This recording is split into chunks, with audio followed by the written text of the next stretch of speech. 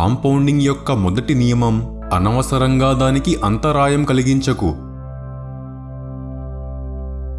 అసలైన డబ్బు కొనడం అమ్మడంలో కాదు, వేచి ఉండటంలో ఉంటుంది.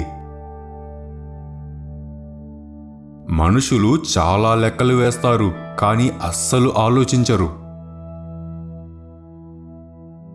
ఒక సాధారణ ఐడియాను తీసుకో, దానిపై తీవ్రమైన ఆలోచన పెట్టు. నీకు తెలియని వాటిని గుర్తించడంతోనే వివేకం వికసించడం మొదలవుతుంది. నువ్వు ఆరాధించలేని లేదా ఇష్టపడలేని వారి కింద పనిచేయడం మానుకో. నీ ఆదాయానికి మించి ఖర్చు పెట్టకు, పొదుపు చెయ్యి, దానితో పెట్టుబడి పెట్టు, ఇంకా ఏమి నేర్చుకోవాలో తెలుసుకో. అధిక తెలివిగల చాలామంది ఘోర పెట్టుబడిదారులవుతారు, ఎందుకంటే వారి స్వభావం కూడా ఘోరంగా ఉంటుంది. గొప్ప ధరకు దొరికే ఒక సరసమైన కంపెనీ కంటే సరసమైన ధరకు దొరికే ఒక గొప్ప కంపెనీ చాలా శ్రేష్టం. నువ్వు ఎప్పటికప్పుడు నేర్చుకుంటూ ఉంటే నీకో చక్కటి అనుకూలం ఉంటుంది. నేను ఎక్కడ చనిపోతానో తెలుసుకోవాలని ఉంది, ఎందుకంటే ఇక జీవితంలో అక్కడికి వెళ్లకుండా ఉంటే చాలుగా. మంచి వ్యాపారాలు నైతికంగా ఉంటాయి. కస్టమర్లను మోసం చేస్తూ నిర్మించబడ్డ వ్యాపారాలు ఎప్పటికైనా నాశనం కావాల్సిందే. ఎన్నో తప్పులు చేయకుండా ఒక పరిపూర్ణ జీవితాన్ని గడపడం సాధ్యం కాదు. నీకు కావలసినది పొందాలంటే నువ్వు కోరుకున్న దానికి నువ్వు అర్హుడివై ఉండాలి.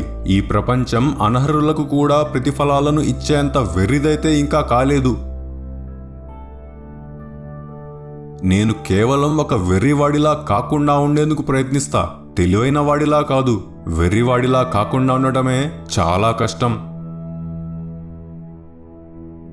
వేరువేరు కంపెనీలకి వేరువేరు చెక్ లిస్టులు, వేరువేరు మెంటల్ మోడళ్లు అవసరం. ఇదిగో ఈ 3 ముఖ్యమైనవి అని చెప్పి వాటిని ఎప్పటికీ సులభతరం చేయలేము.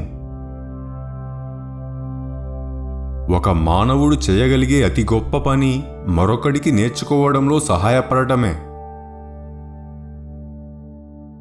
నిరంతర పఠనంతో ఒక జీవితకాల స్వీయ అభ్యాసకుడిగా మారు. జిజ్ఞాసను పెంపొందించుకో. ప్రతిరోజు ఇంకా కొంచెం జ్ఞానవంతునిగా మారడానికి కృషి చెయ్యి. నీకు ఇష్టం ఉన్నా లేకపోయినా వాస్తవికతను గుర్తించు. ప్రత్యేకంగా నీకు ఇష్టం లేనప్పుడే అది చాలా ముఖ్యం. నువ్వు ఒక కారణం కోసం చనిపోవడానికైనా సిద్ధంగా ఉంటే నువ్వు చేయాల్సింది చేసి తీరుతావు. ఒక ధనవంతుడిని కావాలన్న కోరిక నాలో చాలా గాఢంగా ఉండేది. ఫెరారీల కోసం కాదు, స్వేచ్ఛ కోసం. గుర్తుంచుకో, ఖ్యాతి మరియు సమగ్రత నీ అత్యంత విలువైన ఆస్తులు. వాటిని ఒక్క క్షణంలో కోల్పోగలవు.